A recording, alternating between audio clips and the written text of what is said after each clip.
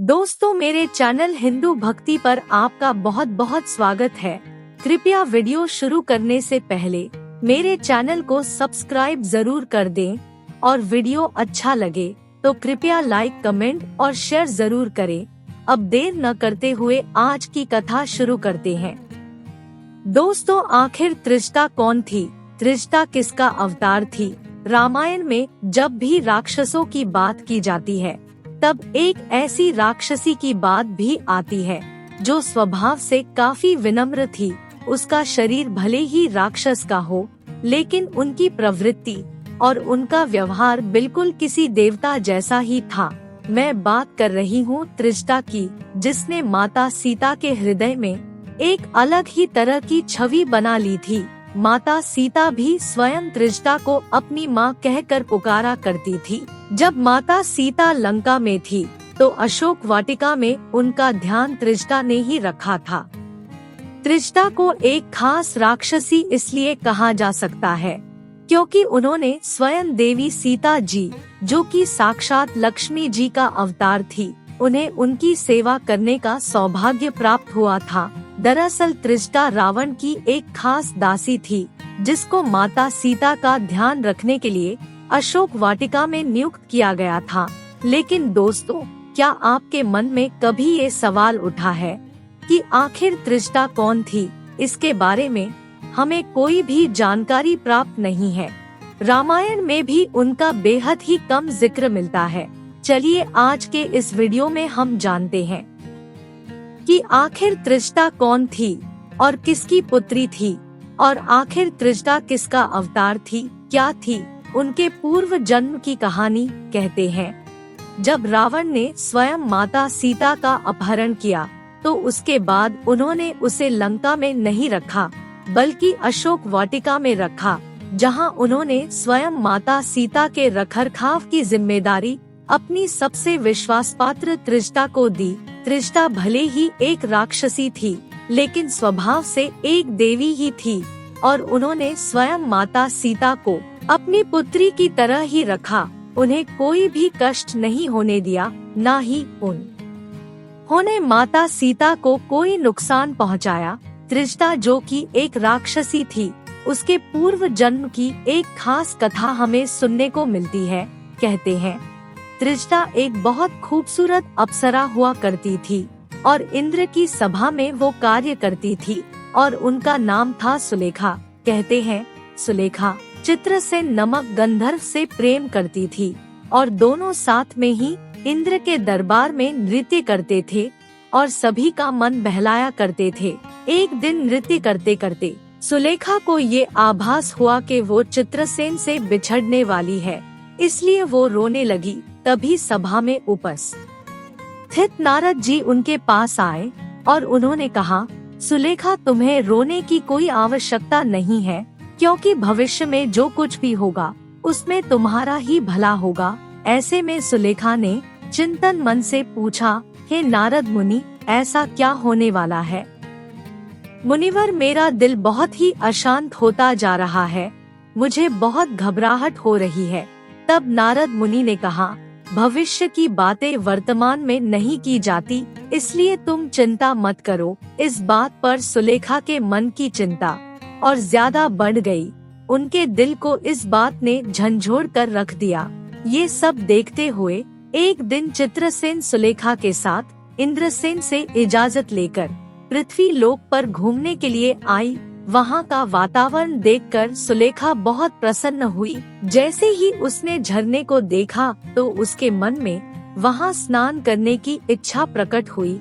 उसने चित्रसेन से कहा, दोनों उस झरने में जाकर साथ नहाने लगे, एक दूसरे पर पानी डालने लगे।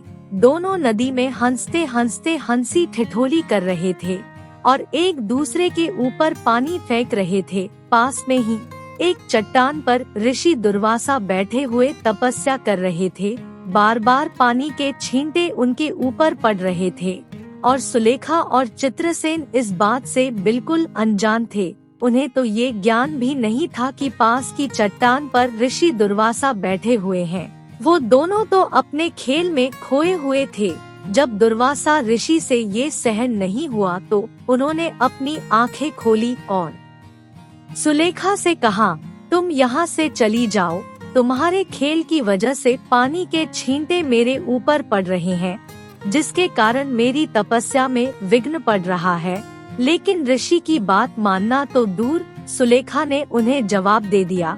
ये देखकर ऋषि दुर्वासा को और भी क्रोध आ गया। दोस्तों, आप लोग जानते हैं कि सभी ऋषियों में से सबसे ज्यादा क्रोध ऋषि दुर्वासा को ही आता था और उन्होंने ही इंद्र और सभी देवताओं को श्राप दिया था। वो बहुत ही क्रोधित और शक्तिशाली ऋषि थे और इस तरह सुलेखा के वापस जवाब देने पर ऋषि दुर्वासा आग बबूला हो गए और उन्होंने सुलेखा को ये श्राप दिया कि तुम जल्दी ही इस सुंदर शरीर को त्याग दोगी और जिस तरह से तुमने मुझसे बात की है वो एक राक्षस की प्रवृत्ति होती है, इसलिए तुम अगले जन्म में एक राक्षसी के रूप में ही जन्म लगी और राक्षस कुल में पैदा होगी। ये सुनने के बाद सुलेखा के पैरों तले से जमीन निकल गई। अचानक ही उन्हें नारद मुनि की वो सभी बातों का आह्वान होने लगा और वो रोते हुए दुर्वासा ऋषि के पैरों में गिर पड़ी। उसे अपनी गलती का एहसास हो गया था, इसलिए वो ऋषि के पैरों में गिरकर क्षमा की भीख मांगने लगी। तब दुर्वासा ऋषि का हृदय पसीज गया। उन्होंने कहा, मैं अपने श्राप को वापस तो नहीं ले सकता, लेकिन तुम्हें ये वरदान दे सकता हूँ कि तुम्हें उस जन्म में साक्षात भगवान श्री हरि और माता लक्ष्मी के दर्शन होंगे। तुम स्वयं माता लक्ष्मी के अवतार की सेवा करोगी और उसके बाद ही तुम्हें इस राक्षसी शरीर से मुक्ति मिल पाएगी। और कहते हैं, ठीक ऐसा ही हुआ। माननी नाम का एक राक्षस हुआ करता था। उसकी पुत्री का नाम था कचुकैसी। कहते हैं, कचुकैसी ने हरि कीर्तन करके ऋषि विश्वकर्मा को पसंद कर लिया था। दोनों ही एक दूसरे को पसंद करने लगे थे और दोनों ने इसके बाद एक दूसरे से विवाह भी किया था। फिर कुछ समय के बाद कचुकैसी गर्भवती हुई और उसने एक कन्या को जन्म दिया जिसका नाम था त्रिष्टा। वैसे मैं आपको बता दूं कि ऋषि विश्वकर्मा स्वयं रावण के पिता थे। उन्होंने कैकेसी से विवाह किया था जिससे रावण का जन्म हुआ था और ऐसे ही कई सारे पुराणों में वर्णित है कि त्रिष्टा को रावण की सौतेली बहन भी माना गया है। ऋषि दुर्वासा के श्राप और वरदान के कारण उनका अगला जन्म राक्षस कुल में हुआ, जहां उसे माता सीता की सेवा करने का अवसर प्रदान किया गया। इतना ही नहीं, रावण वध के बाद जब सीता माता वापस श्री राम के पास मिलने जा रही थी तो त्रिष्टा ने ही उन्हें अच्छी तरह से सजा कर वापस भेजा था।